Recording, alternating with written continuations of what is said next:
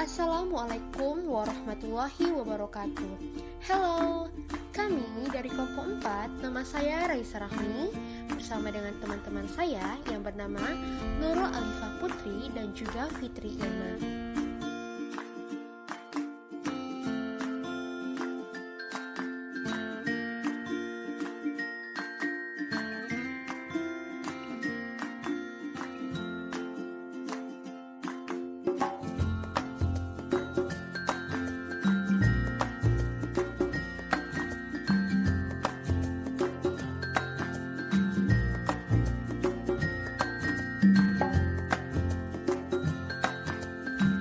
Jadi apa sih etika bisnis itu? Nah, sebelum membahas lebih jauh, kita harus tahu apa sih etika itu. Etika merupakan suatu konsepsi mengenai tindakan yang benar dan salah. Etika memberikan panduan apakah suatu perilaku tertentu dapat digolongkan sebagai perilaku yang bermoral ataupun tidak bermoral, menurut Paul, Lawrence, and Weber. Dan pengertian etika bisnis itu sendiri merupakan penerapan etika secara umum terhadap perilaku bisnis. Secara lebih khusus, makna etika bisnis menunjukkan perilaku etis maupun tidak etis yang dilakukan manajer dan karyawan di suatu organisasi perusahaan.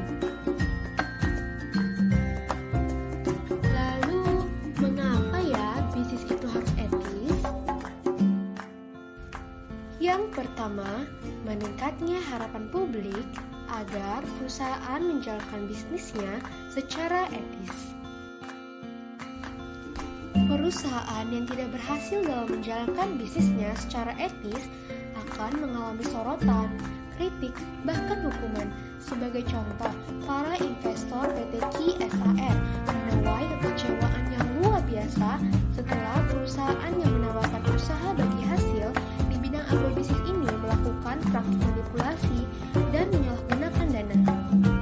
Sebagai akibatnya, investor secara bersama-sama membuka pemilik dan manajemen PT Ki SAR ke pengadilan dan melakukan aksi penyerobotan secara sepihak terhadap aset-aset yang dimiliki PT Ki SAR.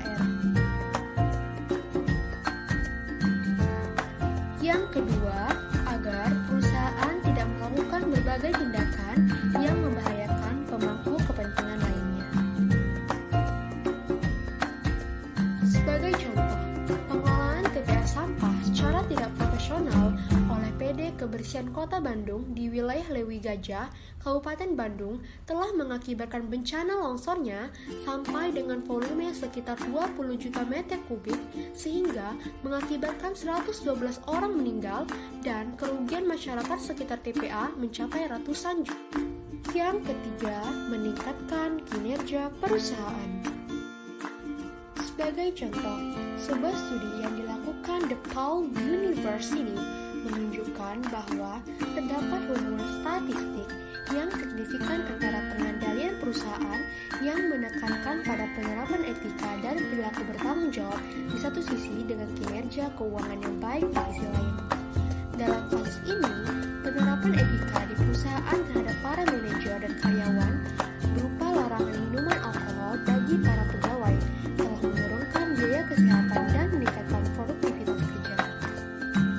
Yang keempat, meningkatkan kualitas hubungan bisnis di antara pihak-pihak yang melakukan bisnis. Penerapan etika seperti kejujuran, menepati janji, dan menolak suap dapat meningkatkan kualitas hubungan bisnis di antara dua pihak yang melakukan hubungan bisnis. Hal ini disebabkan oleh meningkatnya kepercayaan di antara pihak-pihak yang terlibat hubungan bisnis terhadap pihak lainnya. Yang kelima, agar perusahaan terhindar dari penyalahgunaan yang dilakukan karyawan maupun pesaing yang bertindak tidak etis. Sebagai contoh, kejahatan pencurian uang perusahaan yang dilakukan pemilik dan pimpinan perusahaan merupakan faktor penyebab utama kebangkrutan perusahaan dibanding faktor-faktor lainnya. Contoh lain misalnya, kegiatan dumping yang dilakukan pesaing luar negeri merupakan perilaku tidak etis yang dapat merugikan perusahaan domestik. Yang keenam, dapat menghindarkan terjadinya pelanggaran hak-hak pekerja oleh pemberi kerja. Perusahaan dipandang bertindak secara etis apabila perusahaan memenuhi hak-hak normatif para pekerja, seperti gaji, pemberlakuan penilaian secara adil, adanya reward dan punishment polisi yang jelas. Dan yang ketujuh, mencegah perusahaan memperoleh sanksi hukum karena telah menjalankan bisnis secara tidak etis. Sebagai contoh, seorang manajer asal Taiwan dari pabrik Kauchen di Vietnam telah dihukum 6 bulan penjara karena manajer asal Taiwan tersebut telah menghukum para pekerja yang lambat dengan berlari meninggali lapangan berkali-kali sehingga para karyawan tersebut jatuh sakit. Selanjutnya, etika bisnis pada berbagai fungsi perusahaan. Yang pertama, etika di bidang akuntansi. Para manajer, investor, pemerintah, instansi pajak, dan serikat pekerja membutuhkan data-data akuntansi untuk membuat berbagai keputusan penting. Dengan demikian, kejujuran, integritas, dan akurasi dalam melakukan kegiatan akuntansi merupakan syarat mutlak yang harus diterapkan oleh fungsi akuntansi.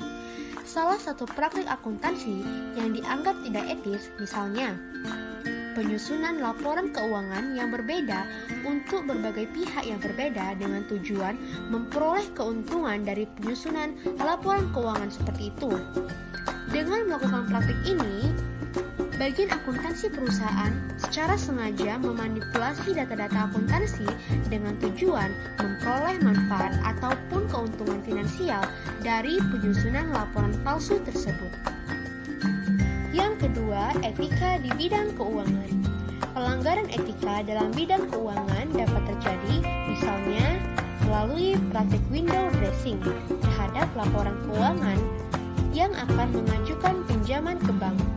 Melalui praktek ini, seolah-olah perusahaan memiliki rasio-rasio keuangan yang sehat sehingga layak mendapatkan kucuran kredit. Padahal sebenarnya kondisi keuangan perusahaan tidak sesehat seperti yang dilaporkan dalam laporan keuangan yang telah dipercantik. Contoh lain pelanggaran etika keuangan misalnya melalui penggelembungan nilai agunan perusahaan sehingga perusahaan dapat memperoleh kredit melebihi nilai agunan kredit yang sesungguhnya. Yang ketiga, etika di bidang produksi dan pemasaran. Untuk melindungi konsumen dari perlakuan tidak etis yang mungkin dilakukan oleh perusahaan, pemerintah Indonesia telah memberlakukan Undang-Undang Nomor 8 Tahun 1999 tentang Perlindungan Konsumen. Di dalam bab 4 undang-undang ini dijelaskan berbagai perbuatan yang dilarang dilakukan oleh pelaku usaha, antara lain sebagai berikut.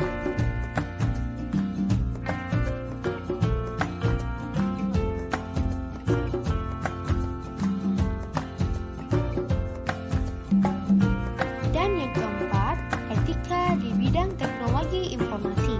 Salah satu bidang yang memiliki pertumbuhan masalah etika paling besar di era 1990-an sampai awal tahun 2000 adalah bidang teknologi informasi. Hal-hal yang dapat memunculkan permasalahan etika dalam bidang ini meliputi serangan terhadap wilayah privasi seseorang, pengumpulan, penyimpanan dan akses terhadap informasi usaha, terutama melalui transaksi e-commerce, serta perlindungan hak cipta yang menyangkut pembuatan software, musik, dan hak kekayaan intelektual. Selanjutnya, faktor-faktor yang mendorong timbulnya masalah etika bisnis. Yang pertama, mengejar keuntungan dan kepentingan pribadi. Yang kedua, tekanan persaingan terhadap laba perusahaan. Yang ketiga, pertentangan antara tujuan perusahaan dengan nilai-nilai perorangan. Dan yang keempat, pertentangan etika lintas budaya. Selanjutnya, prinsip-prinsip etika bisnis. Yang pertama, prinsip otonomi. Otonomi adalah kemampuan manusia untuk bertindak berdasarkan kesadarannya sendiri, yang berarti kebebasan untuk mengambil keputusan dan bertindak sesuai keputusan tersebut. Dengan mengutamakan prinsip tanggung jawab terhadap dirinya sendiri, pemerintah, pemilik perusahaan, masyarakat, dan juga konsumen. Yang kedua, prinsip kejujuran, yaitu prinsip di mana perkataan sesuai dengan perbuatan.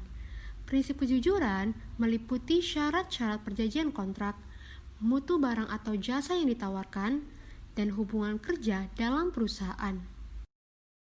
Yang ketiga, prinsip keadilan, yaitu perlakuan sama untuk semua pihak dengan tidak membeda-bedakan segala macam aspek seperti aspek ekonomi, hukum, agama, jenis kelamin, dan lain sebagainya. Yang keempat, prinsip saling menguntungkan. Prinsip saling menguntungkan menanamkan kesadaran bahwa dalam berbisnis perlu ditanamkan prinsip win-win solution. Artinya, dalam setiap keputusan dan tindakan harus diusahakan agar semua pihak merasa diuntungkan. Prinsip ini mengarahkan agar kita secara aktif dan maksimal berbuat baik atau menguntungkan orang lain. Apabila hal itu tidak bisa dilakukan, kita minimal tidak melakukan sesuatu yang tidak merugikan orang lain atau mitra bisnis. Dan yang kelima, prinsip integritas moral, yaitu prinsip untuk tidak merugikan orang lain dalam segala keputusan dan tindakan bisnis yang diambil, seperti menjalankan bisnis dengan tetap menjaga nama baik perusahaan maupun pimpinan perusahaan. Selanjutnya, tujuan etika bisnis. Yang pertama, untuk mendapatkan konsep yang sama mengenai penilaian baik dan buruknya perilaku atau tindakan manusia dalam ruang dan waktu tertentu. Yang kedua, mengarahkan perkembangan masyarakat menuju suasana yang harmonis, tertib, teratur, damai, dan sejahtera. Dan yang ketiga, mengajak orang bersikap kritis dan rasional dalam mengambil keputusan secara otonom. Selanjutnya, etika bisnis dalam perspektif Islam. Yang pertama, pengertian etika bisnis dalam Islam, yaitu segala apa yang dipraktekkan dalam perilaku bisnis yang sesuai dengan ajaran-ajaran Islam. Yang kedua, karakteristik etika bisnis dalam Islam. Pertama, harus memperhatikan tingkah laku dari konsekuensi serius untuk kesejahteraan manusia. Yang ketiga, prinsip etika bisnis dalam perspektif Islam. Yang pertama, memiliki niat yang tulus. Ini akan menjadi landasan bagi seseorang dalam melakukan apapun, khususnya untuk berbisnis, karena ini akan menjadikan landasan seseorang dalam melakukan pekerjaan apapun. Yang kedua, melakukan usaha yang halal. Haram bagi seorang muslim untuk menjual barang-barang yang diharapkan oleh Allah Subhanahu wa taala demi keuntungan yang berlimpah. Apabila seseorang melakukan perbuatan yang dilarang oleh Allah, maka yang ia dapatkan hanyalah keburukan. Begitupun apabila seorang melakukan kebaikan, yang ia dapatkan adalah keberkahan. Yang ketiga, menghindari riba. Perbuatan ini sangat dilarang oleh Allah Subhanahu wa taala karena riba salah satu yang membinasakan. Banyak sekali ayat dalam Al-Quran yang menjelaskan tentang diharamkannya riba. Yang keempat, tidak boleh menjelekkan bisnis orang lain alih-alih untuk membeli barang kita. Nabi Muhammad SAW bersabda, "Janganlah seseorang di antara kalian menjual dengan maksud untuk menjelekkan apa yang dijual oleh orang lain." Yang kelima, tidak melakukan monopoli dalam bisnis karena monopoli sangatlah dilarang di dalam Islam, seperti mengakui hak milik sosial. Yang keenam, membayar upah sebelum kering-keringat karyawan. Nabi Muhammad SAW bersabda, "Berikanlah upah kepada karyawan sebelum kering-keringatnya." Hadis ini menjelaskan bahwa bagi seorang pengusaha haruslah memberi upah mereka, jangan sampai menundanya, karena itu semua hak mereka.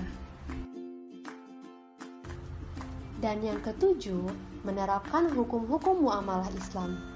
Ini merupakan pedoman yang akan menuntun para pelaku bisnis muslim ke jalan yang telah Allah syariatkan. Yang keempat, ruang lingkup etika bisnis dalam Islam. Pertama, konsepsi Islam dan nilai-nilai yang ada di dalamnya. Yang kedua, konsep dasar etika bisnis secara umum dan landasan teori-teori yang membentuknya. Yang ketiga, akhlak Islam sebagai fondasi dasar peletakan etika bisnis Islam dan masalah-masalah yang terkandung dalamnya dalam perspektif Al-Quran dan Al-Hadis. Dan yang keempat, internalisasi akhlak Islam dalam bisnis yang difokuskan pada perilaku produsen, konsumen, distributor bagi perusahaan, pelaku pasar, dan etika perbankan. Dan yang kelima, contoh penerapan etika bisnis dalam Islam. Yang pertama, penerapan etika tauhid dapat dilihat dari kualitas produk, kinerja sumber daya manusia, dan proses produksi yang senantiasa dijaga unsur-unsur keislamannya. Dan yang kedua, penerapan etika keseimbangan pada sistem perusahaan. Hal ini dapat dinilai dari kualitas produksi dan distribusi yang dilakukan. Yang ketiga, penerapan etika kehendak bebas. Hal ini dapat dilihat dari kualitas bahan baku yang dipilih oleh perusahaan merupakan bahan baku berkualitas terbaik. Contohnya, perusahaan memilih untuk tidak menggunakan penyedap rasa atau MSG pada semua produk olahan. Dan yang keempat, penerapan etika kebajikan. Dapat ditelusuri dari keempat etika yang telah diterapkan perusahaan ini yang menunjukkan bahwa perusahaan telah benar-benar memberikan manfaat bagi berbagai aspek ekonomi, tidak mengecewakan, serta tidak menimbulkan mudarat bagi semua pihak terkait di sekitar lokasi.